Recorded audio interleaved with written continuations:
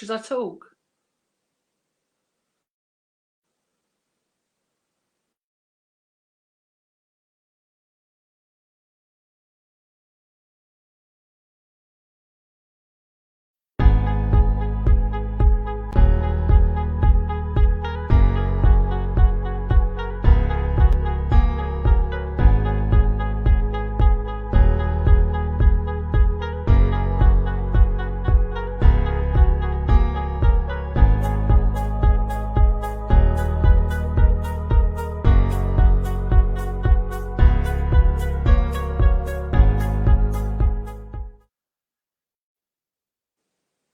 Hi everyone, hope you're there. She might have noticed I've chipped my tooth. Very glamorous. It's a new look I'm going for, pirate woman. Well, it's lovely to be back for a short run. And so it's the same as usual. Today I've got my old friend Rachel Auburn modelling, and I must say she's made an absolutely lovely sort of tableau for herself to look in. It's very, I think you'll enjoy drawing it. So people, I know sometimes people join in just they want to listen to us natter, but it would be really, really lovely if you don't think you can draw, if you tried. So if you get a piece of paper, a pen, whatever, and draw something and send it in at the end, that would be lovely. So say hello if you're there, because I love to know who's there and who's watching, if anyone. So I'll be devastated. Oh, there we go. Oh, I'm glad you like my Terry Thomas look, Adam. Nice. Oh, good. So we've got one watcher anyway, Adam. And then next week I've got booked JJ Waller. I don't know if you've heard about him. I think some of you have, because he's come around to your house to do photos for the lockdown photos. So he's quite an interesting man. I found out he used to work in the circus. Oh, hi, Jackie Ryan. So he's the guest next week. Oh, Louise there. Oh, lovely. Good. Welcome to you. Oh, Richard Hart. Well, I'm not doing the quiz at the moment, but who knows? I might do a guest quiz at one point. Anyone else? Right then, I've seen someone's there, so we're not broadcasting to an empty world. So here, for your delectation, is we can isolation state. We can do another lockdown quiz. Actually, I'll be honest with you, I've half written one ready just in case. So let me introduce you now to the lovely Rachel Auburn, who, look, doesn't she look lovely? Hey, she made a lovely tableau. Say hello to everyone. Hello, everyone. Lovely to be here. So Rachel's got herself comfortable. And hello, Erica. Oh, hi, Fillmore. Oh, you're listening now, Luli. Good. Because she told me she couldn't listen. Oh, hi, Maureen. It's all the regulars, Rachel. They're all waiting for... Oh, I'm Pauline. Hello. Oh, Stephen Parker. Good. Stephen. Oh, and Kim. Hi. Marvellous. Oh, hi, Karen. Glad you're all right. Hi, Louise. So... Oh, hello, Charles Osborne. Oh, Cressida, you're there as well. Brilliant. Oh, all the people are here today. Because let's face facts, there's nothing else to do, is there? Never been so bored. Right, Rachel, let's start with you and your exciting life. I believe when you were a child, you lived in St Leonard's. Is that right? I did. And a very pleasant and lovely experience it was as well. I loved it. And yeah, I mean, when I came back to St Leonard's, it really felt like coming home. So how old were you back? Child? How old was I? Yeah, or were you born here? Lived here until I was 9. Yeah. So left quite early, but I lived on Norman Road, number 46, which bizarrely enough is owned by a friend of mine, Lawrence, who has a Lucy Bell gallery. So you can imagine my surprise when I walked in and I met Lucy. But it was lovely. It was a really amazing coincidence, synchronicity. I think Susan Diamond and Mark Charles are living there at the moment. What? His flat, yeah. I like the fact that, you know, like when I was a child, I used to watch EastEnders and Coronation Street, and I think, people always moving around from each other's houses. It's very peculiar. But here, it seems to happen quite a lot. Around a couple of streets, they're moving with a friend and then move back again. So, where did you move after you left the lovely Norman Road? Left Norman Road and then moved over to Hove. Basically because my stepfather was carted away on the charge of fraud, put into Ford Open Prison, but he managed to sort my mum out in a kind of like temporary housing before in Hove, in a really rundown part of Hove, only knowingly that we would be rehoused by the council, which is what happened. So yeah, so I grew up mostly, I'd say, in Hove and Brighton. Yeah, was Brighton like it is now then? Brighton was fantastic. I loved it. Even though I lived in Hove, as soon as I could, maybe I think I was about 13, 14, I started going clubbing in Brighton after school.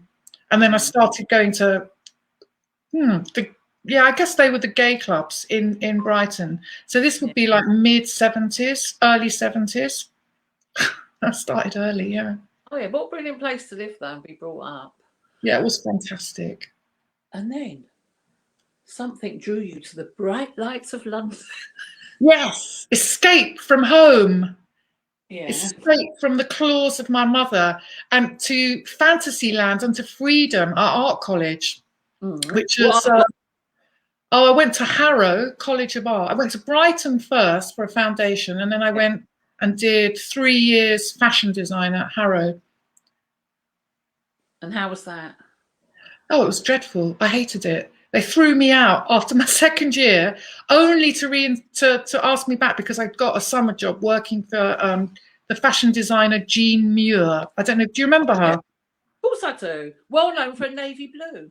That's right. She and I got on really well with her. Harrow was a really technical college, and the emphasis was on pattern cutting and sewing. And all I wanted to do was draw and look at pictures of lovely looking ladies in lovely fashionable outfits, which is what I did most of the time in the library. But I met a few interesting people at Harrow. My oldest friend is a guy called Stephen Luscombe, who was in a band called Blancmange, and I met him there. But he wasn't there. He wasn't going there. He was doing an improvised music workshop in the bar, and asked me to join his band. So you started as a pop singer, did you? I was in a band with him called Miru. Yeah. And we used to go around pubs in Harrow and Kensington and all of that kind of like strange area and sing songs like Fat Girls Wear Black, Fat Girls Wear Black, Fat Girls Are Lovely Because They Wear Black. And our other song was Hillary, You Made My Life a Misery. Oh, Hillary, You Made My Knees Go Quivery. Were these songs ever released, Rachel? Hi, Andrew Parish. No, but we did get to support Wayne County and the electric chairs. Yeah. Yeah, and then I stayed friends with Stephen after I left, and he was Blancmange by then with Neil Arthur. Yeah. Oh, everyone's watching. Lee Benjamin's watching. Hey, Lee. So we got lots of mutual friends, haven't we? I know. But it was actually with Stephen Luscombe I first met you. I know, first time. Stephen Luscombe's the first person who ever gave me poppers. Did you like them? I did then. The thought of getting even near a bottle of them now, I probably would rather die. But I must say, when he gave, I thought it was. I fell on the floor. I thought this is the best thing I've ever done in my life. Yeah, no, it's exciting. How is he now after John died? I don't think he's gotten over it really, but he's still making music. He does all that music, West. He does the West India Company, and he does lots of soundtracks for films and TV productions about India because he's very into Indian music, and he works with a lot of Indian musicians. Oh, that's nice that he's got a job. Yeah. Yeah, I know. Yeah, I know. But I think he's quite sad that the love of his life passed away. Well, it's sad. It's very sad. No. And so you left the Harrow College. Yeah. Then you Yeah. went around the glamorous area of Kenton. And then I don't. Have you ever actually been to Kenton? I've been through on the train, but it's just, well, you must have been there. But it's a funny place. It's just dreadful no man's land. Really horrible. I know. You don't want to go there. It's kind of near Wembley. It's sort of like in a weird area that's sort of, is it NW? I think it's NW something. Weird place. Weird. Like Mill Yeah. Hill. Yeah. No, I moved to Brondesbury, which is kind of Kilburn-ish after that. And then, I got a little flat on All Saints Road, which was quite a bizarre time of my life, and a stall in Kensington Market at the same time. So how did you get the stall in Kensington Market? Oh, I just went in there with another gay friend of mine, a lovely guy called David Belchak, who sadly also isn't with us anymore, and because we were going to go into business together. So we got the stall. It was very cheap rent. It was something like £30 a week. Yeah. And I only had to make 1 or 2 outfits to basically sell that and to make the rent. But after a week, I decided that I couldn't be in business with another person, and I had to do it all by myself. So sadly, I had to tell David Belchak that we were no longer a partnership. So he had to leave the market. He was very upset, and also he was living with me as well at the time. I had to ask him to leave the flat. I realised that I was definitely going to be a one-woman business, and I couldn't do the designs with another person. I know that feeling well. Yeah. It's a bit bossy, and so it's better to be with yourself. They don't have to boss other people around because they get annoyed with you. And so, how long did you stay at Kensington Market? Well, I actually stayed there until it was forcibly closed down in order to move literally over the road to Hyper, which was kind of the same thing, but kind of a step up, if you like. It was just a little bit more done up. But Kensington Market was kind of, it was pretty wonderful, actually. I had some really interesting neighbours. Martin Degville, actually, was a neighbour of mine. I was in the basement. Well, guess what, Rachel? He texted me the other day. He used to live in the flat next door to me here. What? I know. Anyway. Yeah. Yeah, he was quite I was a bit afraid of him, to tell you the truth. Yeah. He one day he went into the shop, the stall, on a Saturday afternoon when my poor sales assistant, who was in there by herself, and he came in with a pair of scissors and decided it was going to cut my clothes in half. And he did. He did, because he thought I was copying him. And I went down to the stall at the end of the day to cash up and to see how well we'd done. And the poor girl, Mandy, she was called Mandy Hill, was in tears, and she told me what happened. And I was too scared to even go into his shop and have a go at him. He was very fierce at that time. Still is. He's fierce, yeah. Yeah. And so how long were you all together? So you went over to Hyper, or did you just... I did, yeah. I had... I think it was kind of like not such a really good time in Hyper. I was employing a couple of guys, and sadly one of them passed away. A really, really, really sweet guy called Mark Vautier. Yeah. Who was taking heroin. I remember it well. You know, and unfortunately he died at Boy George's house. Yeah. And around that time, things just really fell apart, partly because of how much heroin there was around, I guess, and people were taking it a lot. See, I'm a bit of an idiot because I never realised that people were taking it. But I'm glad, because it's not a thing I really aspire to. Do you like or did you like smoking grass? Yeah, I still don't mind doing that.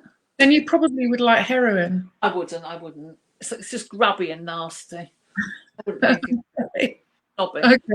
Yeah, no, I would never. I mean, I tried it and I did have a really nasty experience, but I would never, ever go near it. And luckily, our mutual friend came and rescued me from that whole scene and took me over to the East End to live with him.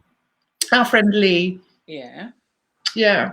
He didn't like what was going on the All Saints Road. Yeah. And yeah, so you met Lee at Kensington Market. I did, yeah. And he was living in West London at that time as well when you were? He was living on Ladbroke Grove and I was living on All Saints Road. And so they're really, you probably, as you know, they're really near to each other. No, I don't know West London, remember? I do know each other. So I'd seen Lee walking up and down Portobello Road anyway, and you couldn't really miss him. And when he came into my stall and started chatting, I knew we just clicked. You know, just when you click with someone, and I knew that we were going to be friends because the whole talk was fashion, art, films, and that's all we talked about, and a little bit of you know, the other, but mostly art, and fashion, and what we love doing. And so, yeah, I really bonded with him. It was very easy to get on with anyway. Oh, very. Yeah.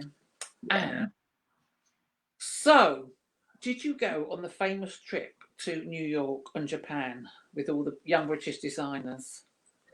Yeah, that was amazing. It was a fantastic opportunity to go to New York with a project as well, and with the possibility of expanding the business and have some fun. And New York in the early 80s was just the best place on the planet. It was so exciting. There was so much going on, and it kind of felt really free as well, and very forward, because there was so much, and musically, fashion, art, in the art world, it was all happening. And so I was so happy, and I actually had to pinch myself that what was happening in life at that time was actually real. And then Japan as well, it was another sort of place that I always felt, oh God, this is so exciting. But I wasn't so keen on Tokyo as I was on New York. No. Yeah. And did you just make all your clothes yourself, or did you have kind of production or anything like that? Did you have a backer, or were you just? I didn't have a backer. I managed, really, because I was also freelance designing. So not only was I'm making clothes, but I was selling designs, so drawings, to a Japanese department store called Isitan. So I kind of could supplement my income by doing that as well. The sewing did happen, and I did used to sew a lot of things, but I also employed outworkers. At that time in England, it was really impossible to hire a factory to produce a small run of clothes or a small range. It was just impossible. So unfortunately, because of that situation, it was really difficult for designers like myself and my contemporaries to keep the business afloat. Very, very difficult. And also to buy fabric in small amounts. So it'd probably be easier, I guess, now. But I mean, you can just, your companies, you just give them a design and they produce bags and t-shirts just when people buy them at reasonably priced. It's so much easier. But I just really consider myself that I had lucky that I had that moment in time where everything was doable and achievable, and there wasn't any fear around trying to achieve anything, because you had nothing to lose, really. So yeah, it was a really exciting time. You could basically just go around and say, oh, I'm a fashion designer, and you would be one. Oh, Erica recognises your painting by Rachel Glittenberg. It is.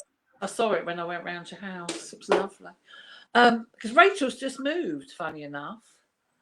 She's moved to the outskirts of Hastings. I'm even further out now.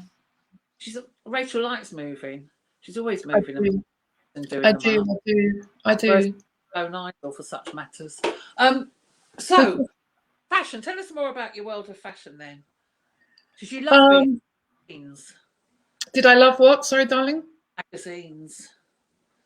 Yeah. Oh my god! Oh my god! Oh my god! Was in Blitz, ID, or The Face. If you're in it, you were made.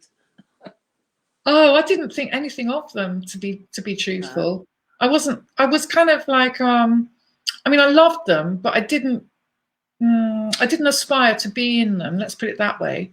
I don't know. Your fashions were. Huh? When you had a fashion spread, weren't you pleased? Yeah, I was. Yeah, but I kind of took things for granted, and it's sort of like, and the people I met, I kind of like, I felt nonplussed about the whole thing. Yeah, I don't know why. I suppose I would now. No, I didn't really care.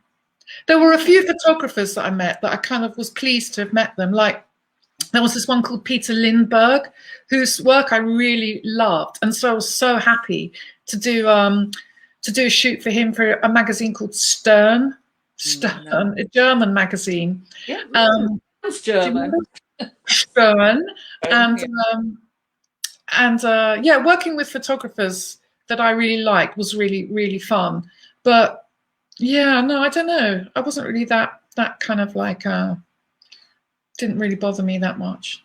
Oh, and did you like going out? Thanks, Lee. Did you like going? Did I like? I loved going out. I still love going. I'm not so bothered. Again, I don't mind so much. But then I love going out. But I didn't love it as much as you loved it, I don't think. I love going out. I still love it. Yeah. How much do I want to be looking forward to going somewhere special and getting a new dress and getting all dolled up and putting your lipstick on and having a few drinks before you go out? I can't wait. I think the last time was my birthday last year, and that's almost a year ago. That's a year ago. That was a fantastic party. I know, almost a year ago. Oh, well. Wow. So it's your birthday soon, doll? Wow. That'll be. Right, so fashion. What happened to the fashion? Why did you suddenly choose to change career, or did it kind of just blend into it? They blended into each other because Lee kindly asked me to DJ at Taboo.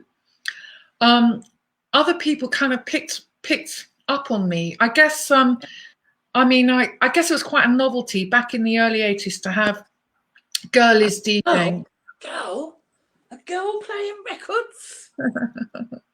And because of that, yeah, I got invited by other kind of club promoters to play at their gigs. So, to play in their clubs. So I did this really kind of trend-setting night called Delirium at the Astoria for Nick Truelot. I don't know if you remember him. Do you remember him?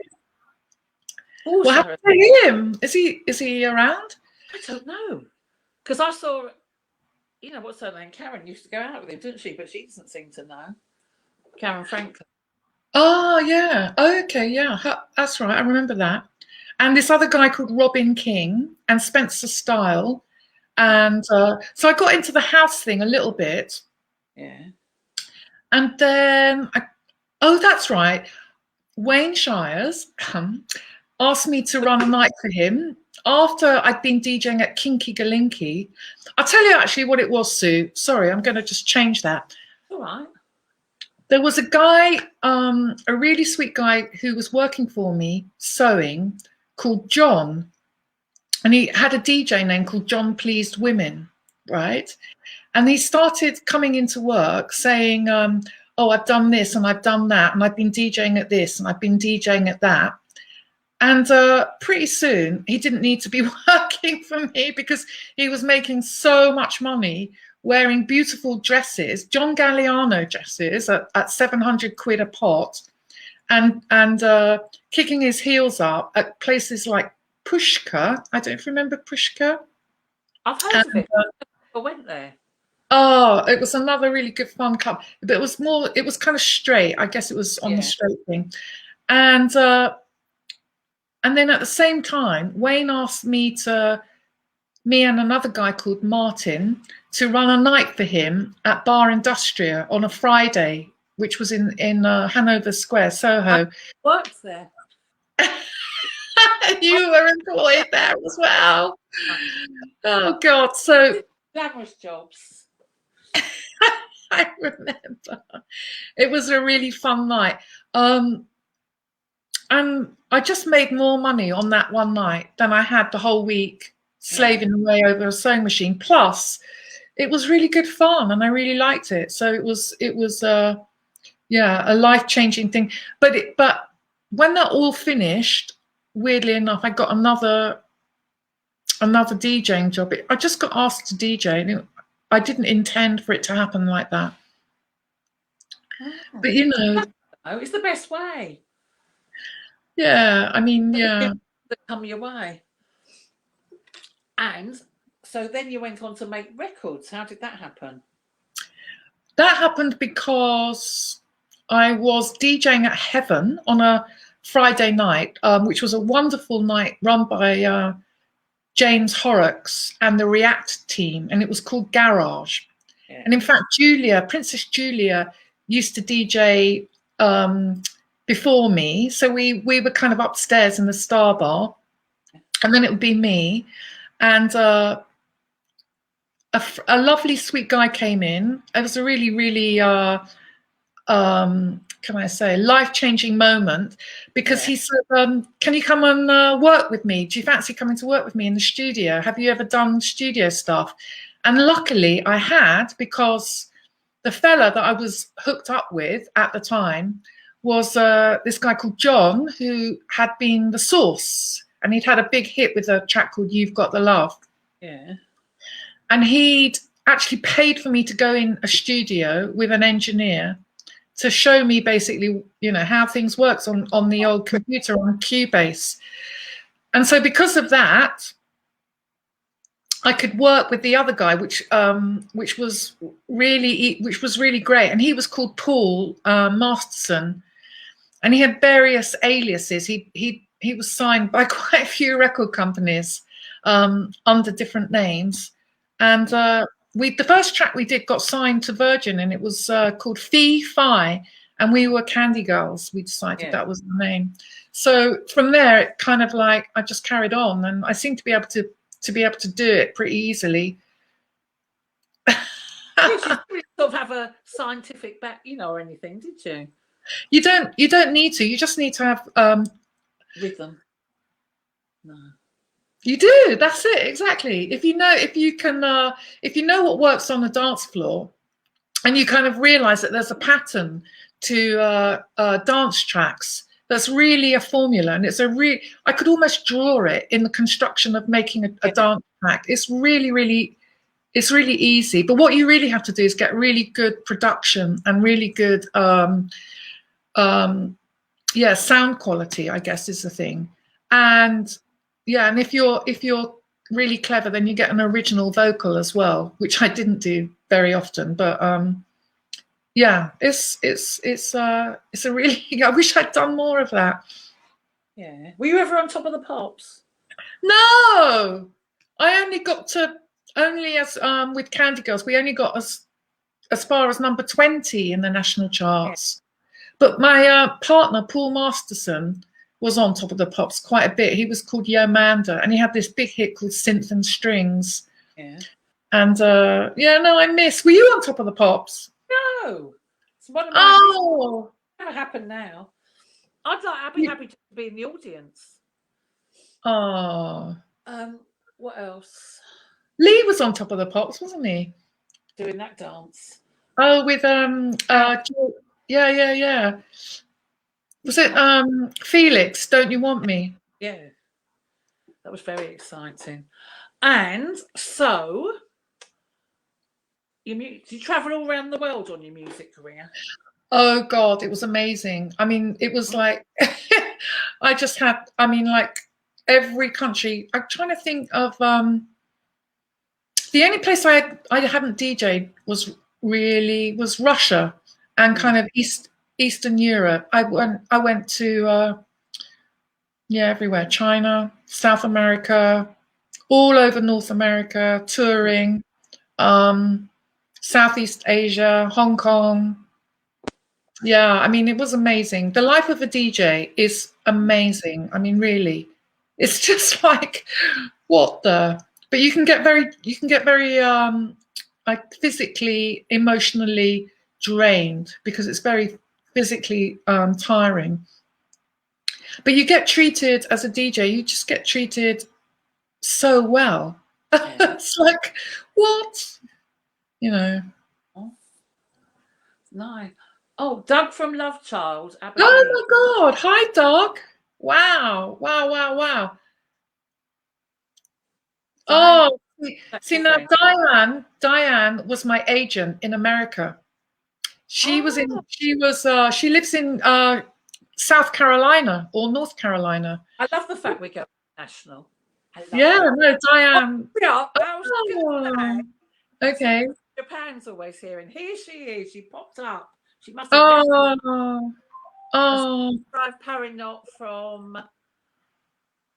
Thailand. Oh God, Bar Industrial was such an amazing night. Did you like it? Did you like working there? So it used to get on my nerves quite a lot because I had to listen to the bouncers all night telling me about their romantic conquests, and it was all very tiresome. I go, oh yeah, all right, yeah. Or then the manager would make me get me to rub his back. I can't bear touching. I was going, oh, do I have to? So it was a different experience for me, but I still like having certain people to chit chat to. So where are we? Traveling the world. You're being oh, there he is, Parinot from Thailand. That's Rui. Hi, Parinot. I don't know if Rui's watching from Portugal. He said he was, but who knows? Then, right, DJing. So, what was your highlight of your DJing career? The best thing? I think playing in Cape Town for 20,000 people, just me, myself, for about 2 hours on a huge stage, kind of built like a pyramid. I mean, it was just amazing. I can think of, I loved playing Mardi Gras, Sydney. That was really, really, really good fun. Trying to think of other places that I really loved. Just everything. San Francisco. I liked playing in, where's that amazing place? Not Calgary, Vancouver. I used to go to Vancouver a lot and play up on the mountains in the middle of kind of like kind of like winter with snow. I mean, really amazing. But definitely South Africa. Yeah. I went there with Wayne. Oh, it's a lovely place, isn't it? Did you go to Camps Bay? I don't know. I went to Boulder Beach with the penguins. Oh, okay. I didn't get to do that. I think trying to think what else was really. I'll tell you one place I did not like, and that was Dubai. I remember that just being like, oh my God. Like I was followed around the whole time, had to be with a guy all the time. Didn't like it. Oh. And then, so what happened with your music career? How come you moved on to somewhere else?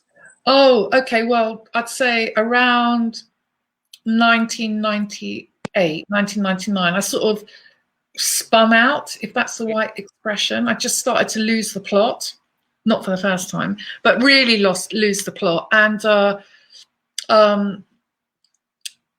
to help me out of it, I found a therapist, which was probably one of the best things I ever did.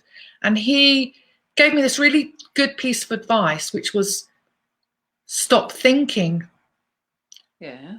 And I didn't know what he meant. I had no idea what do you mean? And he said, start feeling instead of thinking.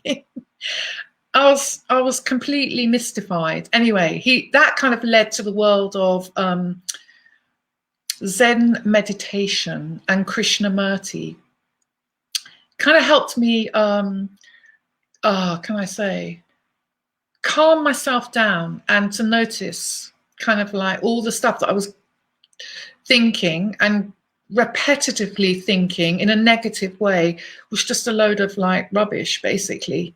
And I needed help to get out of it. And along with the kind of understanding or beginning to understand the nature of my thoughts or our thoughts, I found a yoga practice which was aligned with the teachings of this guy, Krishnamurti. Have you heard of Krishnamurti? No, you know me in spiritual stuff. It's not even, I wouldn't even call it spiritual, whatever that means. It's just kind of philosophy, I guess, really. And then also, so yoga for me was like it was the best thing that ever happened, I would say. I think if I hadn't have done all the practice that I had, I think I would find things quite difficult right now, but I don't. So I'm so now, and also during all this, you had your son as well. I know, lovely Jack. Yeah, how old's he now? Jack is, my God, how old is he? 32, I think. Yeah, 32. I said early 30s. I was right. Yeah. Yeah, that's actually when I said about yoga being the best thing. That's the best thing I ever had. Yeah. Ever done. Yeah, without a doubt. And his dad's lovely as well. Yeah. Oh. I know. They're not together anymore. Yeah. You're still friends, aren't you? Oh, I've always been friends with him. Yeah. Yeah, he's a really sweet guy, and I'm so yeah. I think he's having a bit of a weird time because he teaches printmaking at the Royal College of Art, and he's saying that the whole thing with students and teaching at art college is really strange right now with everything going on. But you know, he's a good guy. And so, what made you think be a yoga teacher? Didn't mean to be a yoga teacher either. It just happened. Again, a bit like the DJing. Yeah. Yeah, it just after I did a teacher training in India in 2004, when I come back to London and back to my yoga studio, which was in West London, which was run by an Italian gentleman called Fausto Maria. He just asked me if I would teach at the yoga studio at the centre where I learnt my yoga, and I couldn't really say no because it's a bit like when the person that you admire the most in the world, or one of the people that you really look up to, sort of says, "Oh, well, you know, you're in the team, come and join and teach." And so I was very flattered that he asked me to teach, and yeah, and then it just went from there. And I decided that it was probably a good idea to stop DJing and prancing around all over the place. Plus, I was getting on a bit, and I didn't want to tire myself out. And plus, I didn't want to keep repeating myself because as a DJ and as a kind of like I suppose it's the same in anything. You keep doing it. It's sort of, you've done it. And I thought I'd done as well as I probably could as a DJ. Yeah. So I felt like yoga's another interesting avenue to explore, the world of yoga, I should say, and everything to do with it, that I thought, yeah, I can do this now because it's another thing. But all these things, yoga and music and art, I think they're all kind of the same kind of thing, really. Yeah, they're not general run-of-the-mill jobs, are they? Like I had for you. I love the fact that I finally finished my normal job when I was about 58, and I've got the life I've always wanted, where I can just do what I want and just How did you get to work in the job centre? I went to sign on. I went to college in Watford. I went to sign on, and they went, "Oh, there's a job at our head office in Watford. You can go and work there." And loads of my people from college went. I went, "Oh, all right then." So I went and worked there. I got told off on my first day for working too hard. What did you? It's got to last you all week. I went, "Oh, sorry." And I don't know, but it was easy, you know, because it wasn't very long hours. You had a lot of time off, and it meant I always had a bit of money. Yeah. Got a pension, and I could still live my other life. But now I live my life even better, what I like, because I can still live the life and still stay in bed till 12 o'clock if I fancy. But then sometimes I feel till 12 and I go, 40 years, practically every day of the week, I got up at 7, if not 6:30. I'm allowed to have a lie-in.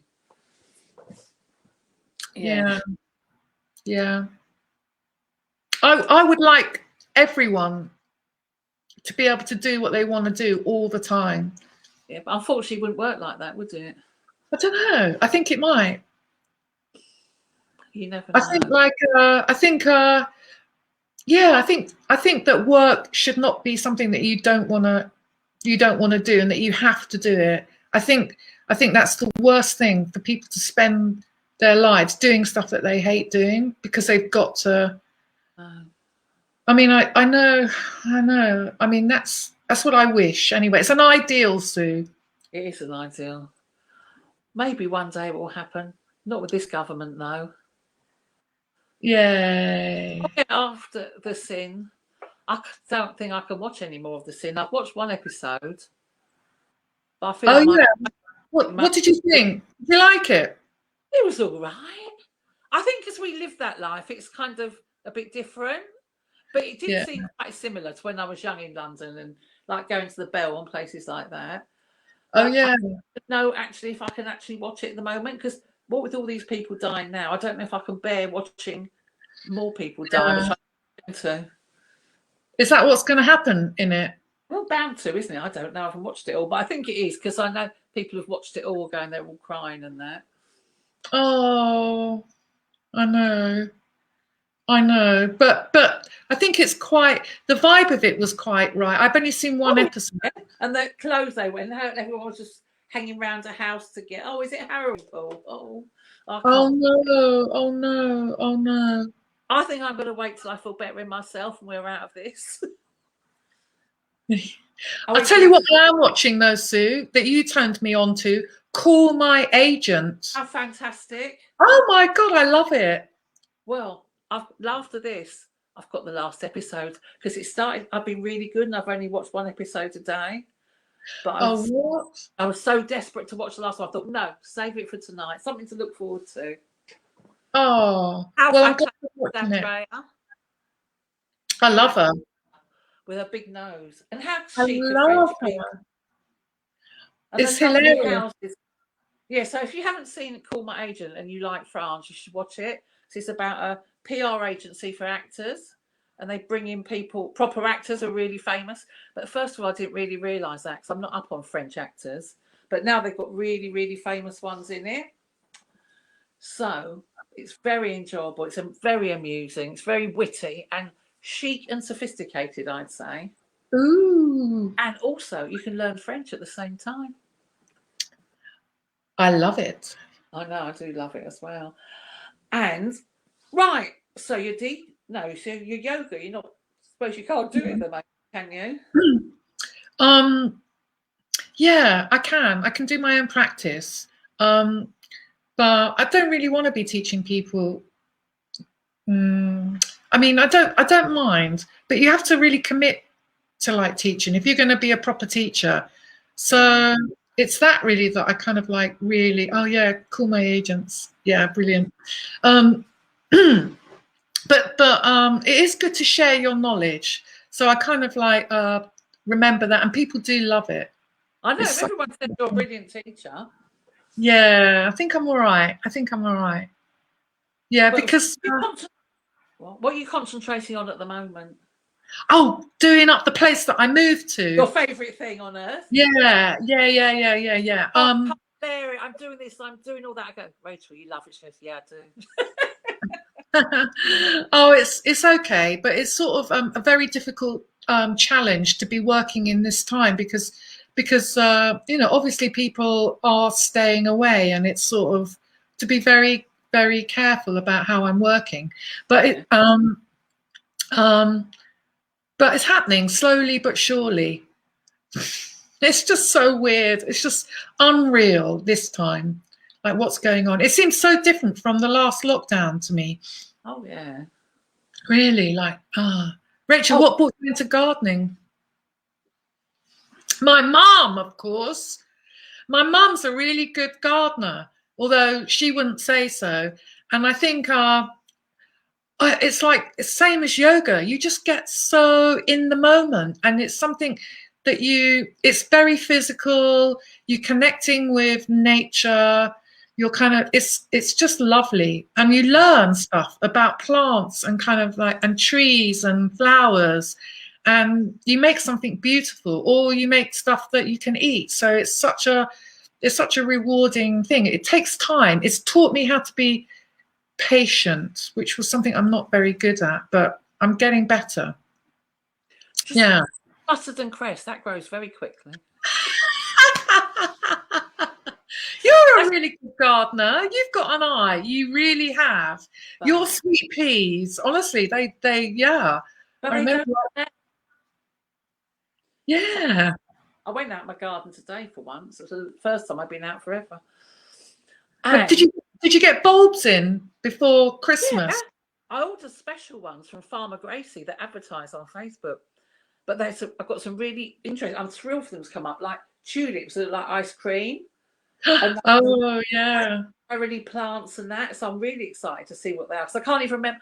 But when I put them, I just plonk them in somewhere and just hoping for the best that they appear. So it's exciting. Yeah. You garden though, you don't know what's in it. So it'll be thrilling when they start popping up.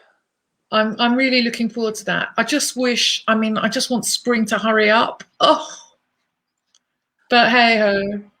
Can I just remind everyone we've got like 15 minutes left, so start your pictures. Yeah, time goes quick. They are spend leggings. Do you know what spend was named after? Do you remember it? Yeah, that woman. What's her name? That's it. Viv. I can't remember. Viv Nichols. Something like that. Yeah, or Nicholson. Yeah, that was a good name for a shop. Spend, and yeah, what a good philosophy, right? I've got that philosophy. I wish it was save. But the amount of money that's passed through my hands over the years. Do you ever think about how much you've spent? Do you ever kind of think, I don't think about really, but how much I've wasted on interest, on loans and things like that. Easy come, easy go. As long as I can buy a bit of bread and some cheese, and now I'm happy. Oh. But I've got a nice flat. What more do I want in life? I know. Oh yeah, Viv Nicholson, spend it. Yeah, don't save it, spend it. Yeah. I mean, that's one thing as well. I kind of you do realise, don't you, when you get a little bit older, that money and all that lot. I mean, okay, you've got a certain amount. If you're lucky enough to have a roof over your head and a bit of grub and a bit of a warm fire. I mean, when I see these people moaning, so they've only got £3 billion left and that, it literally makes my stomach feel sick that people have that much money and what do they need it for? Or there's another program I watched on Netflix. I could only watch 2 episodes. It made me feel so ill. What was that? It was about these Asian people in America and they were so rich. It was repulsive. But I think I watched one of them. Yeah, I think I saw. Was one of the There's nothing to spend money on now. True, I know. Because I'm saving money. Yeah, Paul Waynes asked me if I'd watch this program. Because he liked it. I didn't like it. It's called. I'm trying to find out what it's called to remind people not to watch it. No, not Singapore. What brought me to Hastings? My heart. Adam says, what brought me to Hastings? Yeah, tell them. I'd moved back to Brighton and I was coming over to St Leonard's because I'd managed to buy a little rental. Every time I was driving from Brighton to St Leonard's, when I turned around the corner, just at the kind of like West St Leonard's bit, when you're coming from Marks and Spencer's Bexhill, and you see the marina. Oh my God, every time I saw it, that lovely marina building, my heart just used to pound because it was just stunning and it made me feel like, oh, I'm coming home. And then And then everyone kept saying to me, you should come here. It's really cool. And I thought, oh, I don't know. It's a bit out of it. And honestly, it's such a good move. I love it here so much. And then we all came here as well. I think we all came around the same time, like within a few months, and sort of like maybe 6 months of each other. Oh, yeah, but I'm so happy that it's like this here. Well, this program is called, thank you, Bling Empire. I just found it. Don't watch it. It'll make you feel sick. It'll make you hate money. I don't know how they even let it be on telly, how the people let themselves be shown being so repulsive. I suppose it's an aspiration, isn't it, for some people? People here don't care about money much, which I really, really like. I don't know about that. I think people care that they've got enough to pay their bills and all of that. A little business, and they shut it down, and then they, it's not like London money, not like those people constantly chasing a dollar. I mean, most people have got shops only open them 3 days a week. I know, that's so strange. What's that all about? I love it though. Hey, Fillmore, are you all right after the terrible fire in the Marina building? Oh, yes. Steve, that was big excitement, wasn't it? Because people who don't live here, the beautiful Marina Court had 14 fire engines last week, but I think it was just a fire in the basement. But the smoke was going up the building, but no one was hurt. Oh, wow. Yeah, wow. What's your favourite place to go in Hastings or St Leon's? I like Bottle Alley. Yeah. I love the light show on Bottle Alley. I love the beach by Azure. I like the Goat Ledge, I have to admit. I like Fika. I love the King's Road. I love the charity shops on Bohemia Road and London Road. I love, oh God, what else do I love? I love Alexandra Park. I love it. Walking through there at twilight is just the best thing. Just when the light's going down. I mean, just it goes on and on and on. I love going to Great Dixter. I like going all around. I don't go to the Old Town that much. I can't even remember the last time I went there. I'm trying to think. Really, about 5 yards from my house most of the time. Yeah, down. It's up between here. Yeah. My furthest I go is Marks and Spencer's. At West St Leonard's. I like going to Norman Road. I like all the coffee shops. Yeah. I like Helen's Shop. Yeah, it's lovely.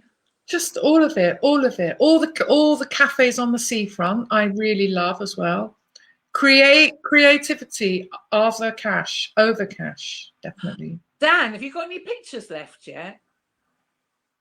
You could tell Debbie about you having a dog, Rachel. That'll be a hilarious story. Oh no, don't. Oh dear, I'm not very successful with dogs. You see, the thing is, Sue, I want a dog in my heart. Yeah, but practically. And I have had a dog, but only for one day. Because the reality of it was shocking. And I really didn't realise how much a little doggy needs love and attention. Well, and Debbie's they really broke her arm. Imagine that. Oh. I love dogs and I love pussycats. I love pussycats. She had to get a bit of filth in. She couldn't help herself. What are you talking about? I love pussies. Do you buy what? Another program I love, Pottery Throwdown. I love that program. The filth on the puppy. No, I didn't. I got talked out of it. Okay. Oh, here we are. The place was full of fumes. He was coughing and retching by the time he got out. But I'm glad you're safe. Did you have to go to the Royal Victoria Hotel? I'd love to be evacuated to the Royal Victoria Hotel. It's Punk. Never. Right, you've got 5. Dan, if any pictures have arrived yet, could you show us a couple? But I don't know if they only... Or if you swap to Katie, because I think there was going to be a swap at one point. Sue, I was going to ask you, were you ever a punk? Not really, no. Did you dress punk? Not really, no. Nothing at all? No. I think I might have had a dog collar. I could see you doing that.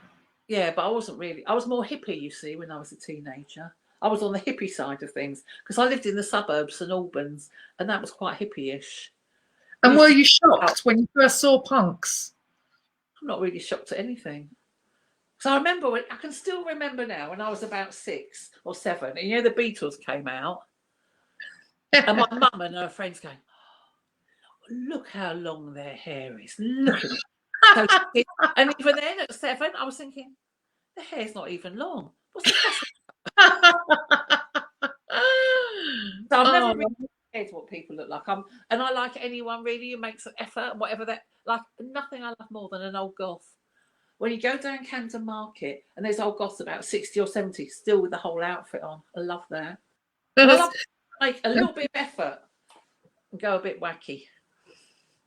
Yeah.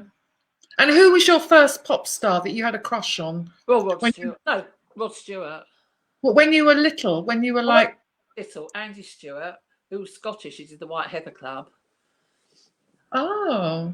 Yeah, and were you into the Bay City Rollers? We were a bit old for that. Oh, okay. All right, yeah. It was, and I went with her to see them at Hemel Hempstead Pavilion. And many, many years later, I was at a party in Primrose Hill. Everyone was really drunk. It was quite fancy.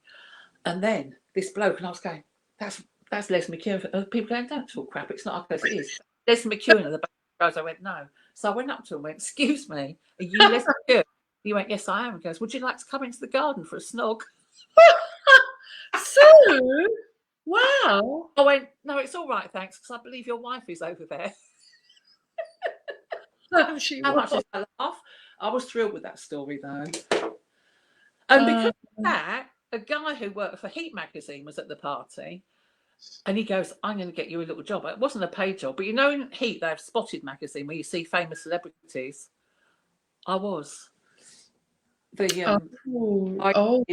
sent up my Spotteds to Heat magazine. Oh, Stephen Parker loved Mark Bolan. See, at school, you sort of had a certain person who you had to love, and some people loved them, and you weren't really allowed to love them because they were someone else's property, if you know what I mean. Oh, okay. My friend Judith Banbury was in love with Mark Bolan. Oh, okay.